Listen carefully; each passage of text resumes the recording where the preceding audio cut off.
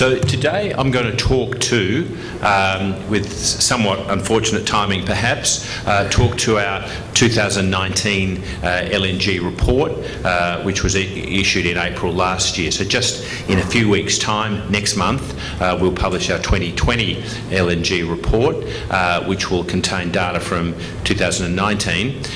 So some of the data I'm speaking to today is now a little dated, but I think in a moment where we're seeing particular circumstances unique to this specific moment buffeting trade in gas, it's probably not bad to look back to where we were in 2018 and possibly look forward to where we might be in a few years' time. So I'll do that in this presentation, make some commentary on where we think we're heading in the near term as well, but noting that Vijay from Rystad is making the next presentation. Rystad's a very key partner of the International Gas Union in the production of this report on LNG, and I'm sure he'll have some very up-to-date insights into where we are.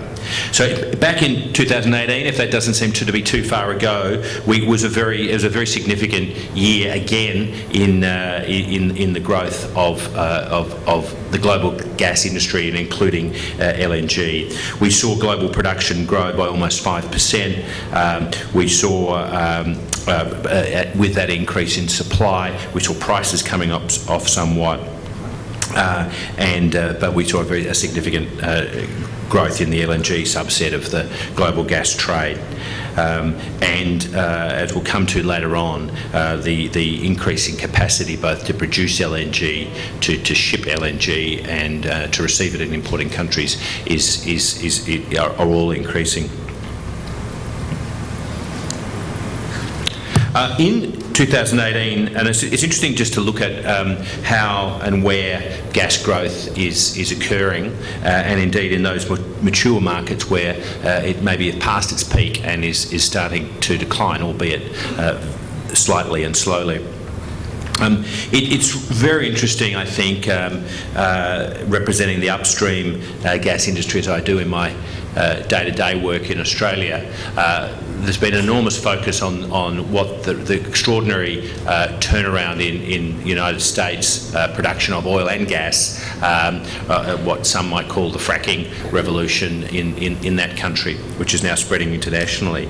And so for me, the story around increased gas production in the United States, increased gas use in the United States is not a new story. It's something that's happened over the last decade, and I was, when I came to look at this presentation, was surprised to see that it's still increasing significantly. The largest source of gas growth in that 2017-18 period was still the United States, which alongside of China is accounting for 2/3 of the global growth in demand for gas.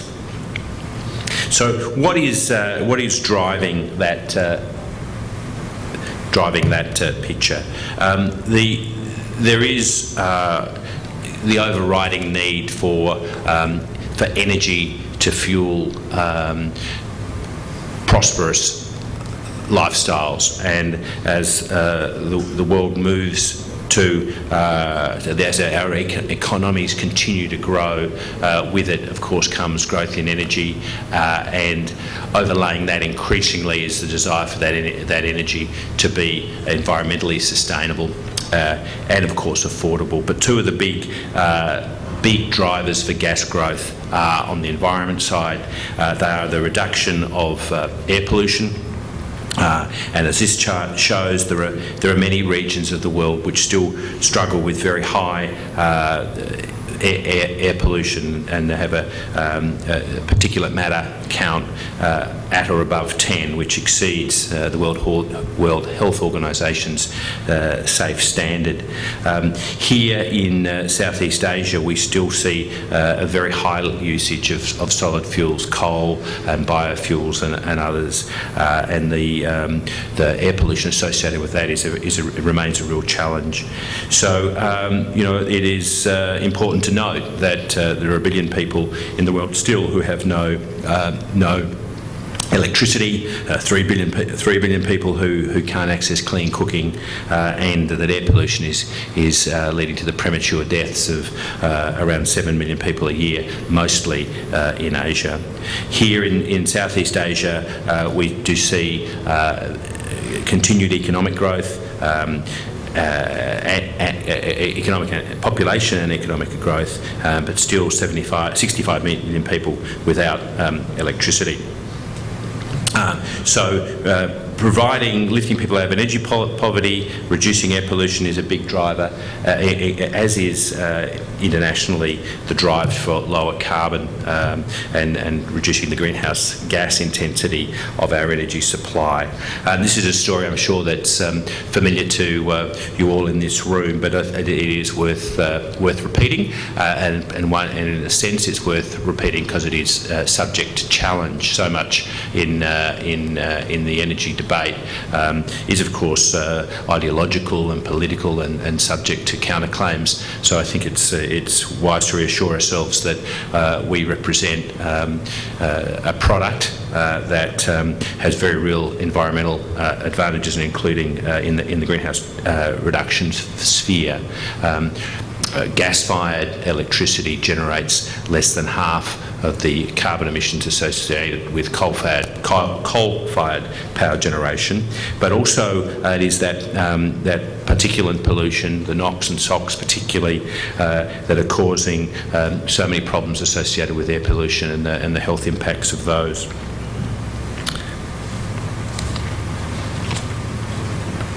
So what is the outlook for gas? And as we said, this is a moment of uncertainty, but where are we heading long term? This chart outlines the global energy mix, and as we see, there is in the first part of that chart there, we've got the current up to the 2018 energy mix, and then some forecasts going out to 2040.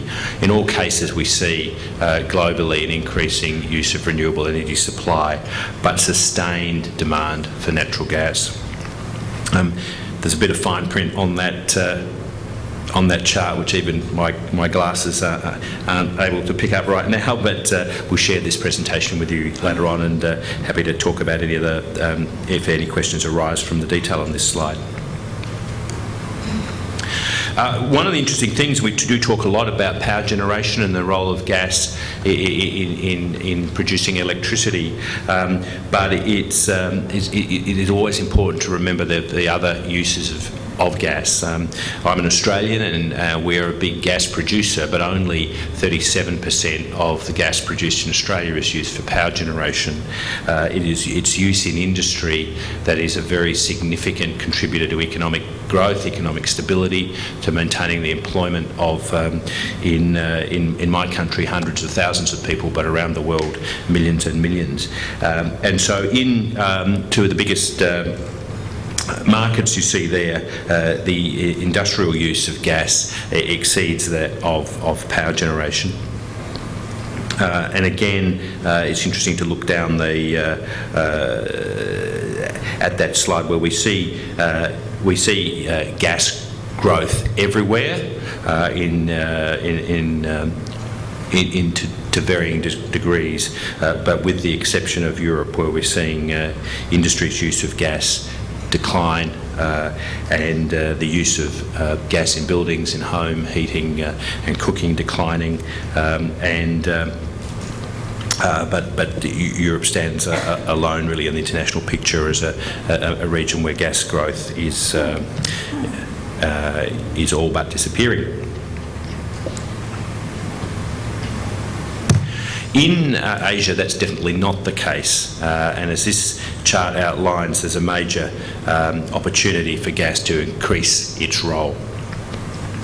It is, I think, when you work in the gas industry, as we all do, and focus on the benefits and the opportunities associated with our product, that it is quite a stark reminder just to realise how significant the position of coal is in our energy mix still.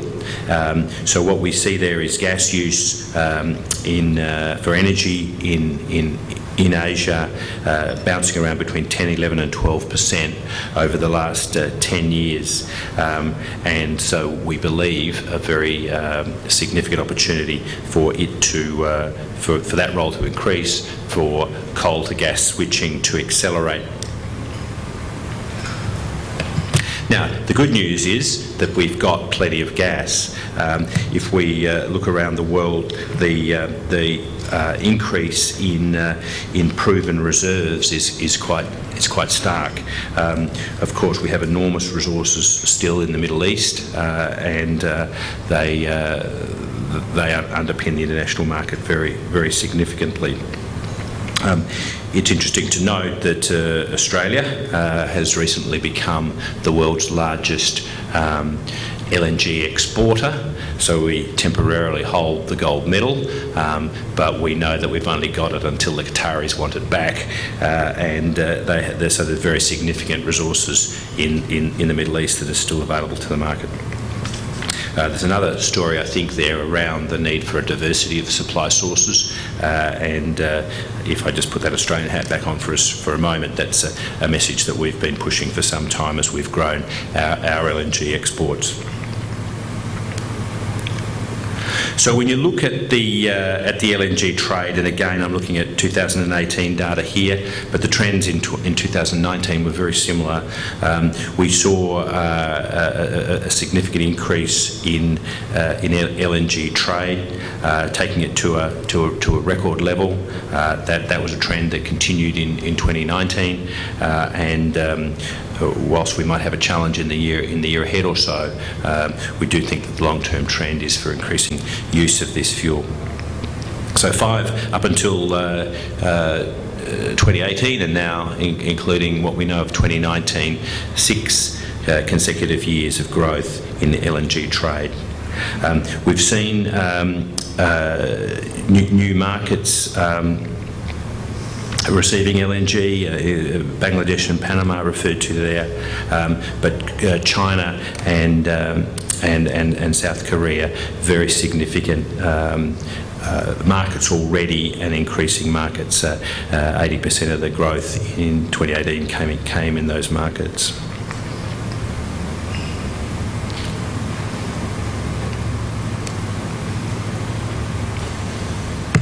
One of the things that was remarked on earlier in the day is the relationship between spot trade and longer term contracts.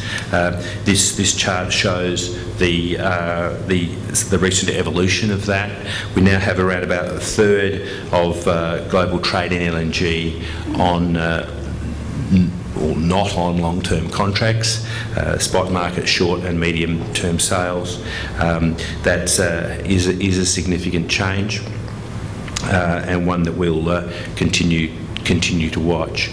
But it's fair to say that the market still remains underpinned by long-term contracts, particularly I think in periods where a lot of new capacity is coming into the market, where very significant investment is required, and as was remarked this morning, those long-term contracts are fundamental to underpinning those very significant long-term investments that need to be made.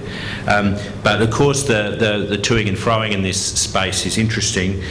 It is remarkable, I think, and often remarked to me as an Australian, the extent to which we have grown our exports of LNG, but there's a very active discussion in Australia about importing LNG, and people scratch their heads and say, what is going on? But it's partly very significantly actually an issue around the politicisation of the debate around gas development in Australia, which has meant that some of the gas projects that we expected to be coming online about now have yet to be developed. And so in terms of the long-term planning by the industry, commitments to exports have been made that have left a tight domestic market, not as tight as some claim, but there is arguably an opportunity for those that are brave enough to make their financial commitments to have a spot trading regasification import business in Australia, and there are at least 2 proponents who are taking a very serious look at that. Again, we see that the even in the short-term spot market, China has been a very significant source of growth.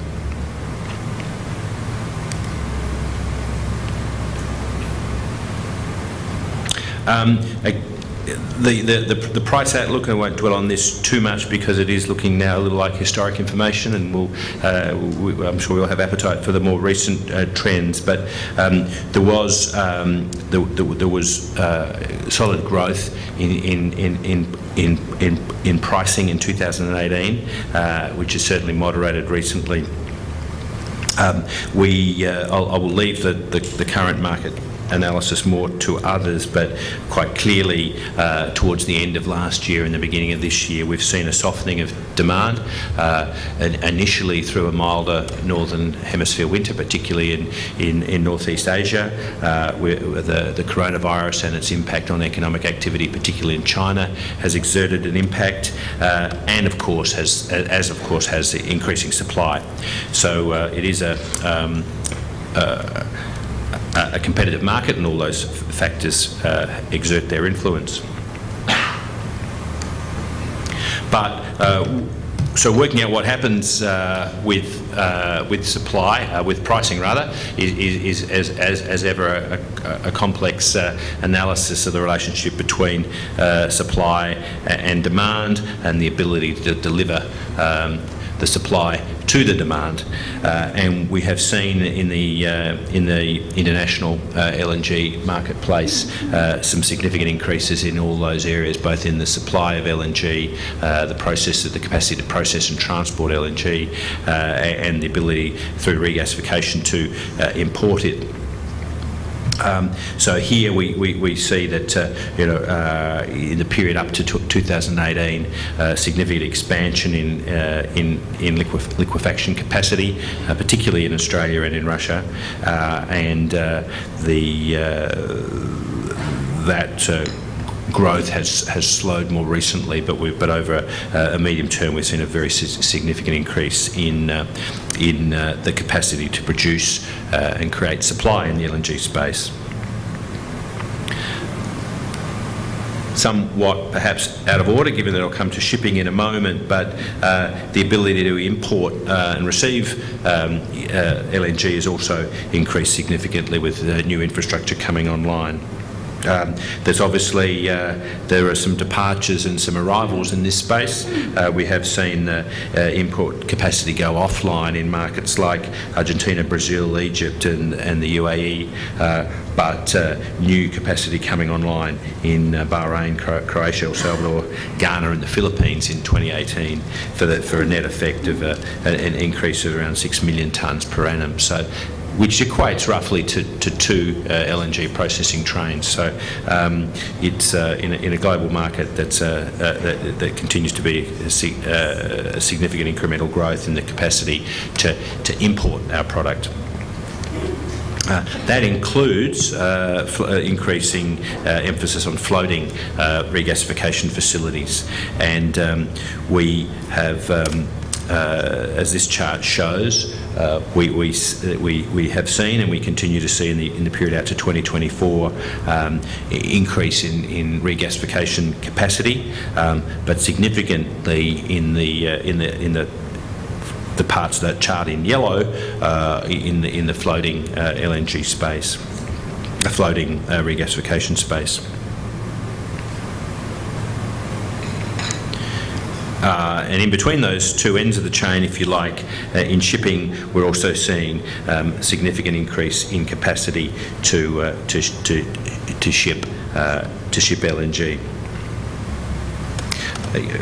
Topping it at over 5,000 voyages in 2018.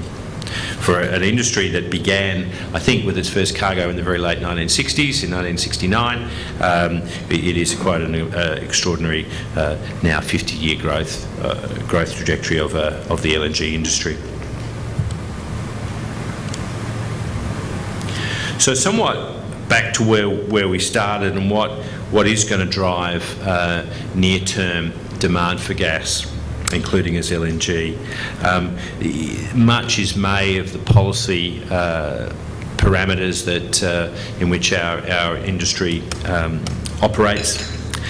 We see a lot of talk, but still no real policy clarity in relation to emissions reduction.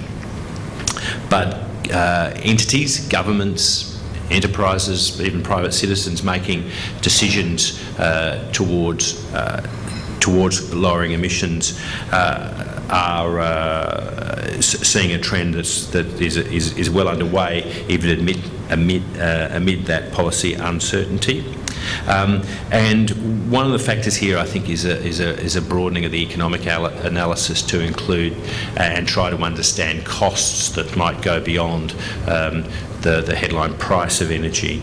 And this chart here, based on Philippines power generation, I think is very interesting. Whilst the fuel costs of coal-fired power are significantly lower than those of gas-fired power, when you add in the cost of air pollution, the cost associated with the greenhouse gas emissions, and indeed the construction and fixed costs associated with coal-fired power fleets, the actual total cost, if you like, or the sustainable energy cost of gas is significantly lower than that of coal.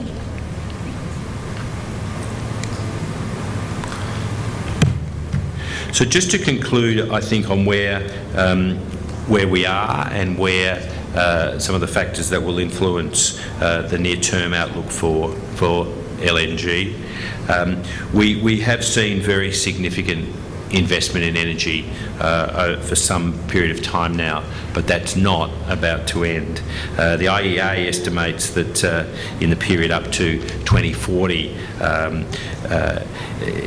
cumulative energy investment in Southeast Asia will reach $2.7 trillion in a base case scenario, if you like, and almost $3 trillion in the sustainable development scenario, where if we are driven to lower emissions energy, there will be very significant turnover of capacity, coal-fired or existing power energy infrastructure coming offline and being replaced by new infrastructure, very significantly, including gas infrastructure. So that means there's an exciting time ahead for us all. The gas market is also evolving. There's been commentary, and there's better analysts and practitioners of gas trading in this room than I, but we've seen both a lack of infrastructure holding back the gas market. As I said, that is being addressed and continues to be addressed. We've seen some policy uncertainty around gas. I guess the industry is still hoping for a harmonisation of policy globally, recognition of the role of gas globally. We face in the emissions space a global challenge of reducing emissions. We believe that we need a global framework for achieving that, and that any sensible framework for action in that space will include increased use of gas. And the other point there, of course, is around air pollution and the economic and societal cost of that. So I think that's an overview of where we at the International Gas Union see the LNG market heading. We believe it's got through a period of uncertainty and turmoil at the moment, a very strong near and longer term future. And we'll know a little bit more about that from our perspective when we publish our 2020 World LNG Report next month. As I said, some of the data I've spoken about today is somewhat dated. It'll be freshened up from our perspective in the next month. But I think that Vijay might have something to give us a hint of that if the work that he's doing at Rystad in our next presentation. So at that, I'll wind up. Thank you for your attention and time. And again, it's been a very great pleasure to present to you today.